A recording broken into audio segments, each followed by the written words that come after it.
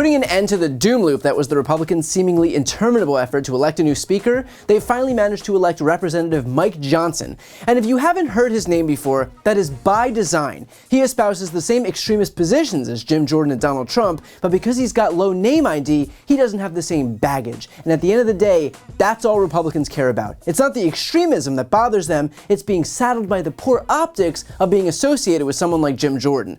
Optics over substance, all in service of winning their next election. But let's be clear, while Mike Johnson may not have the name ID of someone like Jim Jordan, he is just as, if not more extreme. And don't take my word for it, here's Matt Gaetz admitting as much. MAGA is ascendant, and if you don't think that moving from Kevin McCarthy to MAGA Mike Johnson shows the ascendance of this movement and where the power in the Republican Party truly lies, then you're not paying attention. But they are crying, they are hand-wringing and bedwetting. In other words, while he may not be Jim Jordan, rest assured he is no different from him. He's another rubber stamp MAGA Republican who's there because he was approved by Donald Trump, ultimately to do the bidding of Donald Trump. And here's what I mean by that. We think Mike Johnson's going to do really well. He's popular, he's smart, he's sharp, he's going to be fantastic. I think he's going to be a fantastic speaker. I believe that will happen. We'll see what. I just want to congratulate Mike Johnson. He will be a great Speaker of the House, and we were very happy to help. I've known him for a long time. He's a tremendous leader, a tremendous man. Comes from a wonderful place, Louisiana. He's going to make us all proud. So at this time yesterday, nobody was thinking of Mike. And then we put out the word, and now he's the Speaker of the House. So I want to just thank all of the supporters that I have, and I want to thank all of the supporters that Mike has. And of course, because we know that Donald Trump doesn't do anything that doesn't ultimately benefit him, because we know that Donald Trump doesn't do anything that's not transactional to his advantage, here's the real reason why he's perfectly willing to back Mike Johnson. He was one of the leaders in decertifying the election results. Well, he was an architect of drafting an amicus brief for this case that Texas was bringing that had nothing to do with Texas, had to do with some battleground states. It was so absurd the Supreme Court didn't even deal with it. Right. And yet it was his strategy, and he was the chief whip for Donald Trump in getting Republicans to sign on to this absurd lawsuit. We know that he was one of those men with a constitutional law background who was pushing members here in this building to sign on to the Texas brief that would have pushed to overturn the election results. He's also someone who, in my conversations over the last, overnight period, the last few hours, one person with a Democratic advocacy group, Human Rights Campaign, described him to me as Jim Jordan with a jacket and a smile. And as much as that person has reason to say that, many of the policy pieces that we know about him, his hardline position against trans care, hardline position on LGBTQ plus rights, hardline position on abortion, and certainly the votes that we've seen him take going against shutting down the government as recently as 4 weeks ago, they are things that put him in line with the more conservative parts of this conference. Because he is the architect of the Republican effort to overturn the 2020 election. Mike Johnson led the amicus brief signed by more than 100 House Republicans in support of the Texas lawsuit seeking to invalidate the 2020 election results in 4 swing states won by Biden: Georgia, Michigan, Pennsylvania, and Wisconsin. In other words, these quote-unquote states' rights Republicans in one state sought to undermine the election results in another state because they didn't like how that state voted. But sure, states' rights. Got it. And yet, surely, Mike Johnson's willing to answer for such an extreme position, right? Apparently not so much. Mr. Johnson, you helped lead the efforts to overturn the 2020 election results.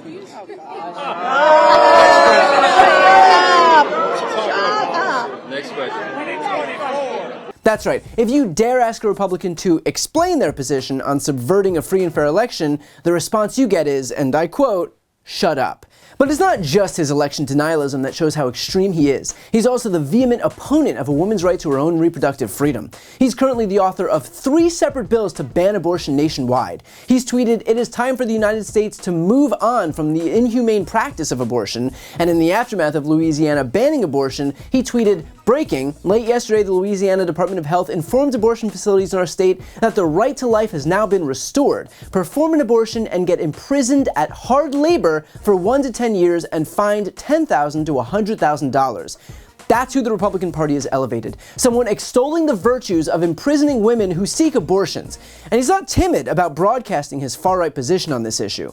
Behind me, over my shoulder here, is the United States Supreme Court, and you might be able to hear on the video, we just had votes on the floor, but there's a crowd out there, they're chanting. There's a lot of pro-lifers, of course, celebrating this extraordinary day in American history that took us almost a half century to get to. Roe v. Wade gave constitutional cover to the elective killing of unborn children in America, period. You think about the implications of that on the economy. We're all struggling here to cover the bases of Social Security and Medicare and Medicaid and all the rest. If we had all those able-bodied workers in the economy, we wouldn't be going upside down and toppling over like this. Listen, the gentleman I will not yield. I will not. Roe was a terrible corruption of America's constitutional jurisprudence. And of course, it doesn't end there. Here's his position on protecting Social Security and Medicare. The safety net programs, but the reality is they're headed towards bankruptcy. In just a few number of years, Social Security goes belly up. So does Medicare, Medicaid, all of these big spending programs, because we're drowning in debt. And so we've got to think about long-term reforms to those programs. Johnson joins a long list of Republicans whose goal is to eliminate earned benefits that we've paid into our entire lives, likely in deference to some type of privatized program, because if there's not some CEO getting rich off the backs of everyone else, then Republicans don't want it. And then there's Johnson's position on same-sex marriage, which is apparently still, in 2023, a litmus test issue within the GOP, which is why Tom Emmer's hopes of becoming Speaker were dashed. According to CNN, in editorials that ran in his local paper, Johnson called homosexuality an inherently unnatural and dangerous lifestyle that could possibly even destroy the entire democratic system. And in another editorial, he wrote, "Your race, creed, and sex are what you are, while homosexuality and cross-dressing are things you do. It's a free country, but we don't give special protections for every person's bizarre choices." Because Republicans love personal freedom, so long as it's the freedom to do what those Republicans want them to do. And look, we could go on, but the point here is clear. Mike Johnson is as far right and extreme as it gets, and every single Republican owns their vote to elevate this person to the highest position in the Republican Party, including those 18 Republicans currently sitting in Biden-won districts. And those are the same Republicans, by the way, who claim to pretend that they were defending their moderate districts by refusing to vote for Jim Jordan, but as I explained at the top, it was never about rebuking extremism and always about not wanting to associate themselves with someone like Jordan.